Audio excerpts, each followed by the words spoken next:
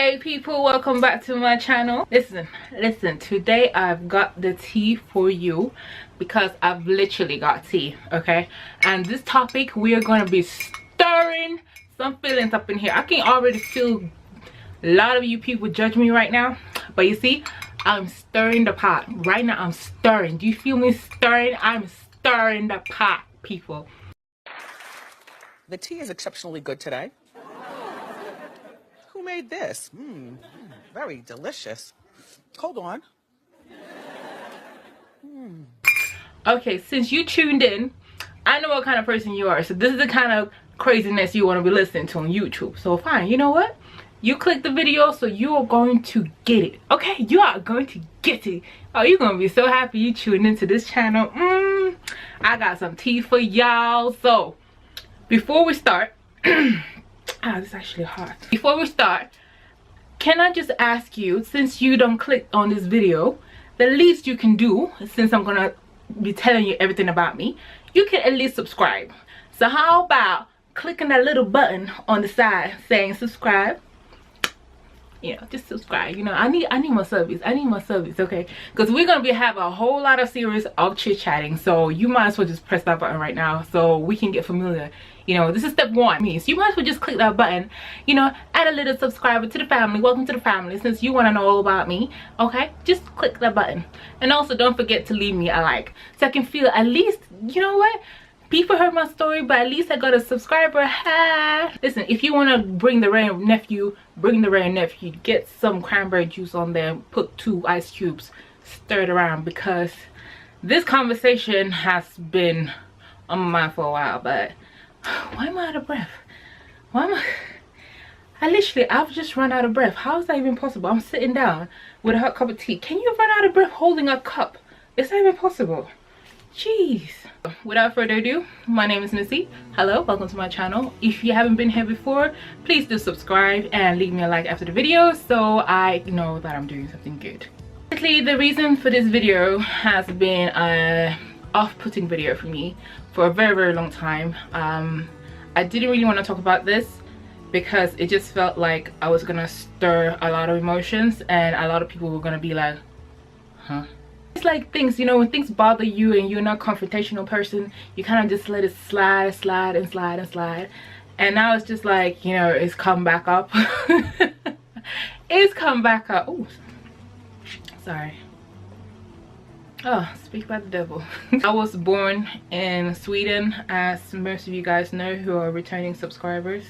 And yeah, growing up in Sweden was beautiful. I had a lovely experience growing up in Sweden. I consider it my home. My best friends are there, my family is there, my grandparents are there, and literally everybody I really love are in Sweden. I'm still in the UK because I'm married and I'm settled here. But in school and everything, okay, let's just go way back. In kindergarten, I was the only black child in the whole service. I was the only black child. Preschool, same thing. High school, same thing. Junior high, same thing. Up until college, that's when I started seeing more black people, and it was more black guys. You know, I do have cousins, but they went to different schools to me, so I feel like I was the first black girl in my school, which a lot of people that went to my school can vouch for. The problem obviously that I had was compatibility, okay? Because obviously growing up, you know, you have your friends that have their partners, then you have you know, not seeing color and feeling like one of the family, but the reality is I really wasn't. I don't really, like, I don't know, I can't, there's so many words I can use, but I actually just felt a part. You know, I just felt a part of the Swedish culture. I felt a part of the Swedish people. So, you know, basically what they did, I did. And the culture they followed, I followed it because I considered it my own culture, and I still do it today. Problem is, I don't know if it's a problem, but some people are gonna think it's a problem. You know, I can't satisfy everybody. That's why I'm doing this video. I'm just gonna tell my truth. In the relationship department, it wasn't all happy for me. It wasn't all like, you know, it wasn't the best experience for me. Obviously my Swedish friends, they had their boyfriends, you know, my Turkish people had their Turkish boyfriends, and my Yugoslavian friends had their Yugoslavian partners, and then there was me, the little black girl with an afro, sometimes with braids, what we call rasta, and I wasn't having nothing. Like, nobody would even blink at me. That's how isolated I felt. I had no one wanted to even know me. Like, when it came to boys, I'm not talking about the girls. I had no problems having, like, getting friends. Like, I was quite good with getting friends and talking to people, but when it came to the boys, it was a whole different story. Boys did not even want to know me. Like, when at the end of every year we had like a school prom. It's not the prom that, you know, the Western culture know about, but this is the every end of year we always have this like a school party where we have like a disco and everybody's invited. So obviously I go with my girls and party, and the night will start off nice, you know, I'm with my girls, we're having fun, we're dancing, we're laughing. But then at the end of the night, you know, when they start putting that slow jam on, like meet me at the altar in your white dress, you know, when they start playing those type of songs, you start looking around like, okay, can you stand the rain?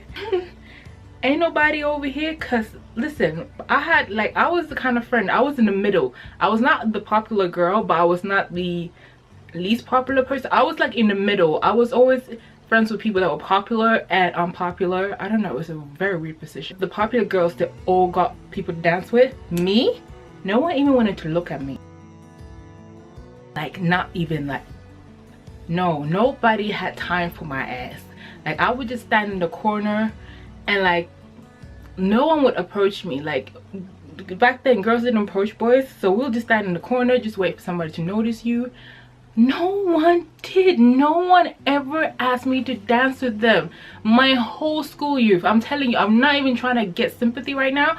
No one wanted to dance with me. I've never had a first school dance with anybody. It was always like one of my best friends. Like, she always felt sorry for me, and she didn't get, to be fair, she didn't get the, you know, no shit. But we always ended up dancing slow jamming to each other because we couldn't get any guy to dance with us. And she was white. You know, can you imagine? She's white, she can't get in over. But then again, she was like the least popular girl. And then there was me. Like, you know, I just feel like there's the one with the braces, the nerdy one, and then there's me. So that was always my position in school. Yet I was friends with the popular kids. So it was kind of like a give and take situations. Like, when I was with the popular kids, there was only certain times I could use their credibility to get things. But when it came to dating, off limits. Like, Missy, no Missy, ooh, what? No. But then we went into college. Things started to change. College, you know, you mature as a woman, and that's when people start noticing you. Like, you know what, you know, this is hip-hop is starting to, you know, get into the, you know, social media. And you, well, not social media, but it's starting to go around the radio, MTV. Remember MTV Cribs, and like, you know, rap music, and you know, just black culture just started to, you know, get more awareness in Sweden. And I think that's when I started getting noticed. But this is in college. Like, remember, I have never danced with a guy, never not even been alone with a guy, and now all of a sudden everybody's eyeing me. Like, the whole college. Again, in college, I'm the only black girl, and all of a sudden everybody wants to know who I am. Like, what? Listen, you've been leaving me alone for a decade. I've been alone from year 1 to 7, and then what do you want from me? What do you want from me? So now all of a sudden y'all can see me, y'all can, so I'm actually here right now. I couldn't hate because I was so excited, like, woo, you know, finally getting some attention. Hi. Well, you know, I've been here, you know, I was at the back of the class, you know, with my goggles and shit. But yeah, I mean, I eat college people, like boys, white boys, started noticing me in college, and it was so weird. It was so creepy.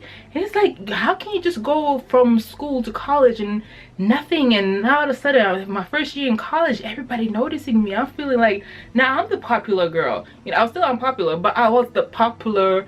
I was like the candy every boy wanted. Like, I was just an arm candy or accessory. I don't care what I was, but I know I was wanted, and I was using that shit to my advantage. I was like, you know, even though I know I look shit sometimes, I'm like, you know, but I still knew they just wanted me, just, you know, just to say that, you know, they had a black girl. But you know, I never gave them no chance. Like, listen, you done ignoring me, now all of a sudden I'm supposed to bow down to you because you noticed me, and like exhibit is hot and Jay-Z's coming out.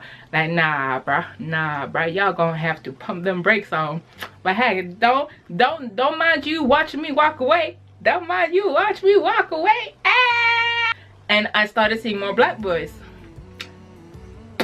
Ask me if any black boys noticed me though. Ask me. Not one, not even a half. None of them wanted to even know who I was. They didn't care. They didn't put any effort to even talk to me. Like, oh sister. There was no such thing back in those days. It was like, okay, that's another sister. Okay, bye. Where the white girls at? That's, I'm not even exaggerating. Like, if you from my town or you from Sweden, you know 100% I am not lying. Black girls back in my days could not get a black man. It was like a taboo.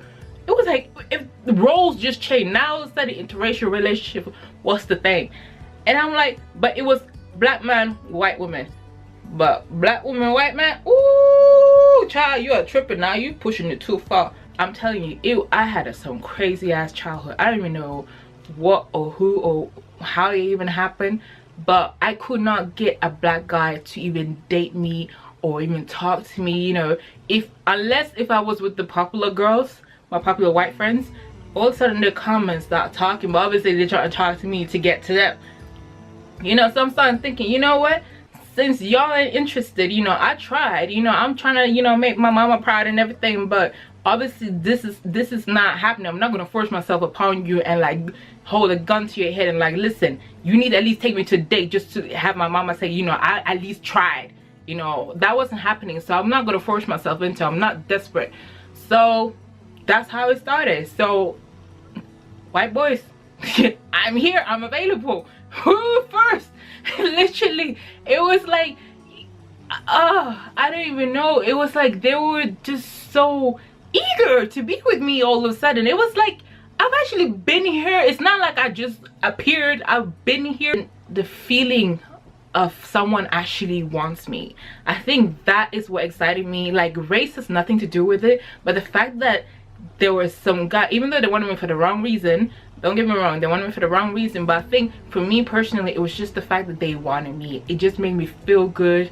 And I kind of think if it made the brothers feel a little bit bad, just a little bit bad, but they still didn't want to date my ass, you know, until like now when I'm older and like, you know, all relationship and race, you know, tensions have kind of calmed down. Let me just say this, I wasn't the prettiest girl to look at, but I still felt bad that no one, like no black boy actually wanted to date me. I actually felt hurt because I started feeling like there's something wrong with me. Like, why wouldn't they even give me a chance to even talk to you or like get to know who I am? Don't just look at my color and say, oh, you know, I don't want you, I want a white girl. You know, that hurt my mental state for a long time. And when I then moved to Britain, obviously it was more black people here, so I kind of felt more appreciated by the black community. And obviously now I'm married to a black man, which I'm so happy with him. We've been together for 12 years. But growing up, dating white men is the only option I had. Like, there was no one else available for me to date. Now it's funny because now all of a sudden, you know, black men, but then again, we're in two different cultures, two different countries. But I feel like black men here wants to date me more than black men in Sweden. It might be different depending on where in Scandinavia you people live, but in my city, it was like I might as well just been a wall. That's how bad it was. But I hope you guys enjoyed my little story, and do subscribe and hit the like button, and we will chit chat next time. But this was not a diss to anybody. I'm just telling you my experience, and I hope you enjoyed my story. I love white men, I love white people, I love black people, you know, I love every people. I love people. Okay, so this is not an attack on anybody, you know, no shade to the people that, you know, I left behind growing up. I hope y'all marry some ugly bitches, and this is what you're missing out, bitch. Sorry, I'm joking. Now I hope y'all got some lovely wives, okay? But you know, just teach your kids to appreciate every single woman, no matter what color she is, okay? What the experience I went through was quite horrific, but you know, I consider myself a strong person, so you know, it hurt me a couple of years, but I got over it, you know, eventually when I got to England, because I just felt more appreciated. But bye guys, so thank you for tuning in, and if you like more chit chats and more stories about me, just leave me some comments below and I will discuss them at the next video. So I hope you guys had a blessed Easter and Juma Mubarak as well, and I love you so much guys. Thank you so much for keep tuning in, and we will see you next week on Monday.